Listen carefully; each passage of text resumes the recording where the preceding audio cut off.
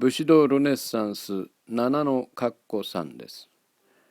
ここでは第5章、人、即因の心で所読した部分に該当する英語の原文を読んでいきます。皆さんはこのまま聞いていてください。51ページです。読みます。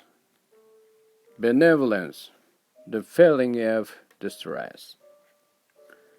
Love, magnanimity, affection for others, sympathy and pity, wherever recognized to be supreme virtues, the highest of all the attributes of the human soul. It was deemed a princely virtue in a twofold sense. Princely among the manifold attributes of a noble spirit. Princely as particularly befitting a princely profession. How often both Confucius and Mencius repeat the highest requirement of a ruler of men to consist in benevolence. 52ページです。Both defined this indispensable requirement in a ruler by saying, benevolence, benevolence as man. 54ページです。We knew benevolence was a tender virtue and mother-like. If upright rectitude and stern justice were peculiarly masculine, mercy had the gentleness and the persuasiveness of a feminine nature. We were warned against indulging in indiscriminate charity, without seasoning it with justice and rectitude. Masamune expressed it well in his oft-quoted aphorism. Rectitude carried to excess hardens into stiffness.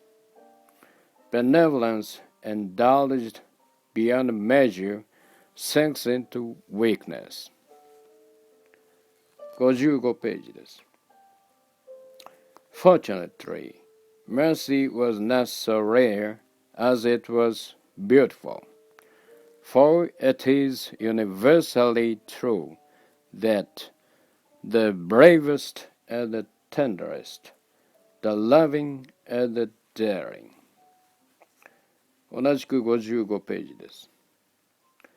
武士の情け The tenderness of a warrior had a sound which appealed at once to whatever was noble in us.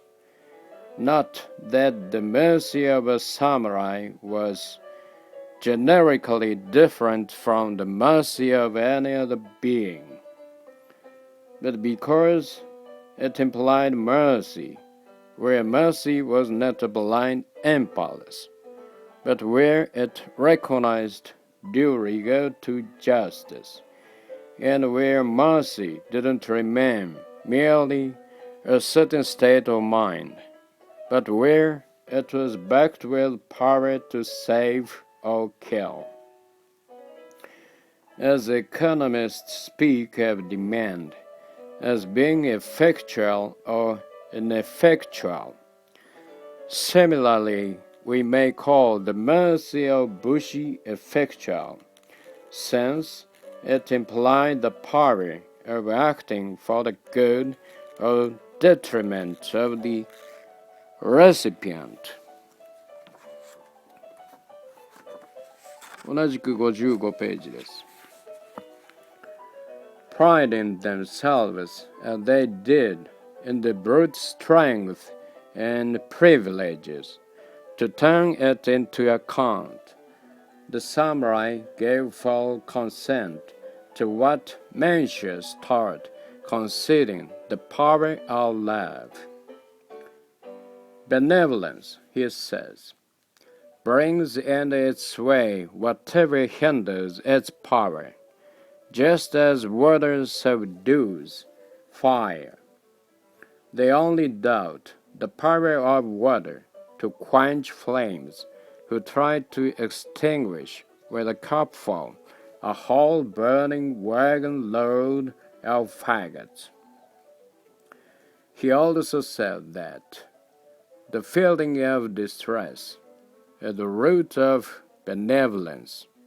Therefore, a benevolent man is ever mindful of those who are suffering and in distress. Thus did Mencius long anticipate Adam Smith, who founds his ethical philosophy on sympathy.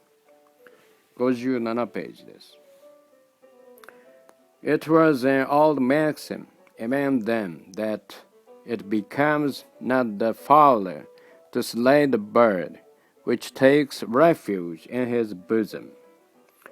This in a large measure explains why the Red Cross movement, considered so peculiarly Christian, so readily found a firm footing among us. Decades before, we heard of the Geneva Convention. Bucking, our greatest novelist, had familiarized us with the medical treatment of a fallen foe. 58ページです。It was ostensibly to express, but actually to cultivate, these gentle emotions that the writing of verses was encouraged. Our poetry has therefore a strong undercurrent of pathos and tenderness. 59ページです。Our pithy, epigrammatic poems were particularly well suited to the improvisation of a single sentiment. Everybody of any education was either a poet or a poetaster. Not infrequently, a marching soldier might be seen to halt, take his writing utensils from his belt, and compose an ode. And such papers were found afterward in the helmets or the breastplates when these were removed from their lifeless wearers. What Christianity has done in Europe to arousing compassion in the midst of belligerent horrors, love of music and letters has done in Japan. The cultivation of tender feelings breeds considerate regard for the sufferings of others. Modesty and complacence, actuated by respect for others' feelings, are at the root of politeness.